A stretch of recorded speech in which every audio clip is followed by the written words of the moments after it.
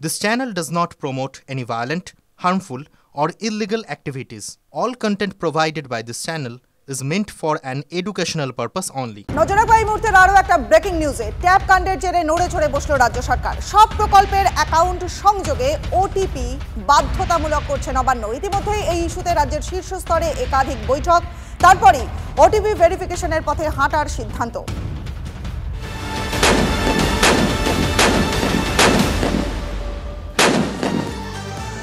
শুভজিৎ, আরো একটা গুরুত্বপূর্ণ খবর আসছে, একটা চাঞ্চল্যকর খবর, কারণ কসবা কাণ্ডে আরো একটা বিস্ফোরক তথ্য আমাদের হাতে। হামলার আগেই বদলে ফেলা হলো স্কুটারের নাম্বার। খবর সূত্রে কিছুদিন আগেই পুরনো স্কুটারটি কেনে গুলজার। হামলার জন্যই কি এই স্কুটারের নম্বর বদল? কথা বলবো আমাদের সহকর্মী সুপ্রিয় এই মুহূর্তে রয়েছেন আমাদের সঙ্গে।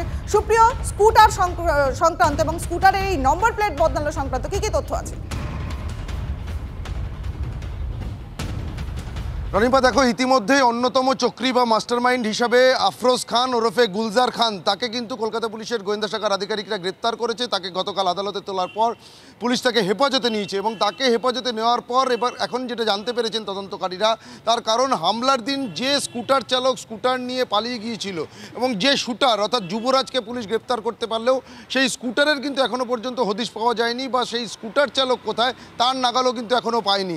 আর গুলজারকে হেফাজতে পাওয়ার পর তদন্তকারীরা তাকে জিজ্ঞাসাবাদ করে ইতিমধ্যে যেটা জানতে পেরেছেন যে ওই যে স্কুটারের নম্বর প্লেট ব্যবহার করা হয়েছিল সেই নম্বরের সূত্র ধরেই কিন্তু স্কুটার চালক এবং স্কুটারের খোঁজ চালাচ্ছিলেন তদন্তকারীরা এবং সেখানেই কিন্তু তাদেরকে বেশ খানিকটা সমস্যার মধ্যে পড়তে হয়। কারণ স্কুটারে যে নম্বর ব্যবহার করা হয়েছে সেই নম্বরটি আদতে কোনো সঠিক নম্বরই নয়, অর্থাৎ একটা ভুয়ো নম্বর ব্যবহার করা হয়েছে।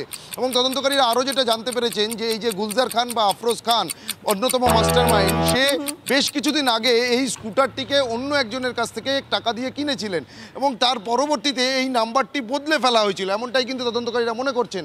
এবং সেখানে তদন্তকারীদের আরও যেটা অনুমান, এই যে হামলার পরিকল্পনা বেশ কয়েক মাস ধরে গুলজার খান ওরফে আফরোজ খান তিনি পরিকল্পনাটা ছকেছিলেন, তারপরেই কিন্তু সেই স্কুটারটি কিনেছিলেন এবং স্কুটার কেনার পর হামলার আগে এই স্কুটারের আসল নাম্বার বদলে একটি ভুয়ো নাম্বার প্লেট সেখানে লাগিয়ে দেওয়া হয়, যাতে তদন্তকারীরা সিসি ক্যামেরার ফুটেজ বা কোনোভাবে যাতে সেই নাম্বার প্লেট থেকে গাড়ির নাম্বার আইডেন্টিফাই করতে পারলেও যাতে স্কুটার চালক বা স্কুটারটি কোথায় আছে তার হদিশ যাতে না মেলে। অর্থাৎ একদম সুপরিকল্পিতভাবে এই গোটা বিষয়টাকে সাজানো হয়েছিল, এমনটাই কিন্তু মনে করছেন। এবং ইতিমধ্যেই তদন্তকারীরা যে ব্যক্তির কাছ থেকে গুলজার খান বেশ কিছুদিন আগে এই স্কুটারটিকে কিনেছিলেন টাকা দিয়ে, সেই মালিকেরও কিন্তু খোঁজ পেয়েছেন এবং তাকে ইতিমধ্যে জিজ্ঞাসাবাদ করা হচ্ছে। আরেকটা বিষয়, এখানে বিহারের পাপ্পু গ্যাংয়ের যোগ সাজস লক্ষ্য করা যাচ্ছে, অন্তত সূত্র সে কথাই বলছে। একদমই তাই। দেখো, ইতিপূর্বে কিন্তু ইকবাল নামের একজনের নাম তদন্তকারীরা জানতে পেরেছিলেন এবং সেই ইকবাল বিহারের অন্যতম এক কুখ্যাত দুষ্কৃতী এবং তার কাছ থেকে এই গোটা হামলার জন্যে যে আগ্নেয়াস্ত্র সরবরাহ করা হয়েছিল বা এই গুলজার আগ্নেয়াস্ত্র নিয়ে এসেছিল সেই তথ্য কিন্তু সামনে এসেছিল।